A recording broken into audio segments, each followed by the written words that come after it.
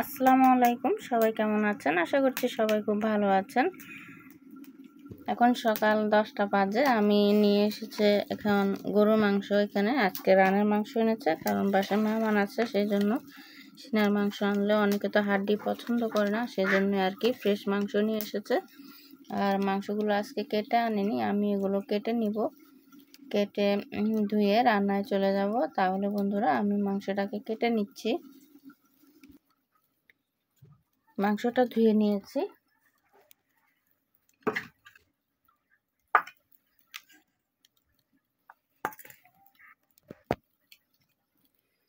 দিয়ে দিব আদা রসুন বাটা,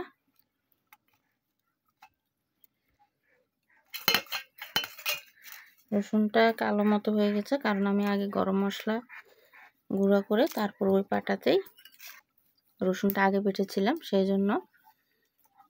দিয়ে দিব জিরা গুঁড়া, দিলাম ধনে গুঁড়া, পরিমাণ মতো হলুদ, আর দিয়ে দিব মরিচ, দিয়ে দিলাম লবণ।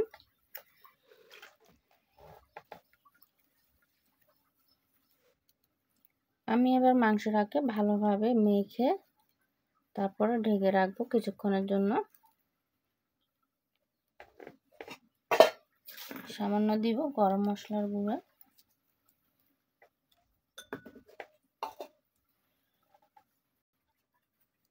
মেখে নিয়েছি। আমি আবার 10 মিনিটের জন্য রেস্টে রেখে দিব। আমি এবার পাতিল বসিয়ে দিয়েছি চুলায়, দিয়ে দিব তেল পরিমাণ মতো।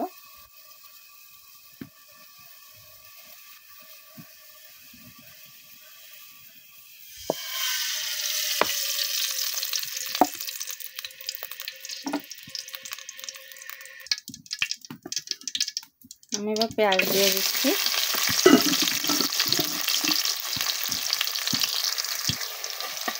পেঁয়াজটাকে লাল করে নেব।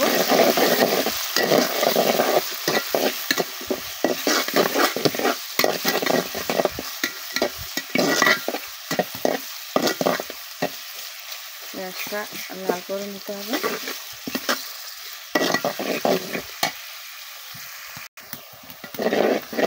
আমি এবার কটা ফোড়ন দিয়ে দিব। 4টা তেজপাতা দিলাম, আর দারচিনি আর লং দিয়ে দিলাম। আর একটু ভেজে নেব।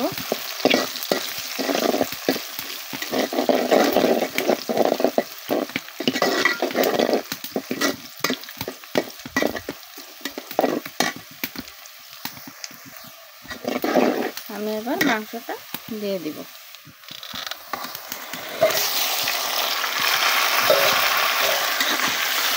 মাংসটাকে ভালোভাবে কষিয়ে নেব। আমি জলটা দিয়ে সামান্য পানি দিয়ে দিব। এখন পানি দেবো না, পানি দিতে দেরি আছে।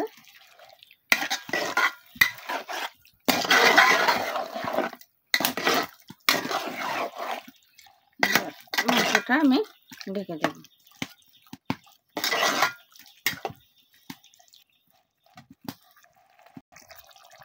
মাংসটা একটু নেড়ে চেড়ে দিব।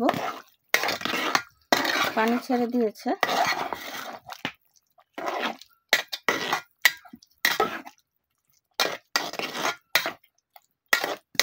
আমি ঝোল করব না, মাংসটা কষা ভুনা সিস্টেম করব। ঢেকে দিব।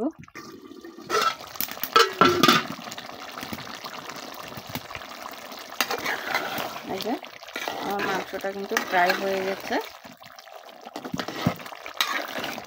আমি কিন্তু একটুও পানি দিইনি, কারণ এটা হচ্ছে আমি ভুনা করব, সেজন্য।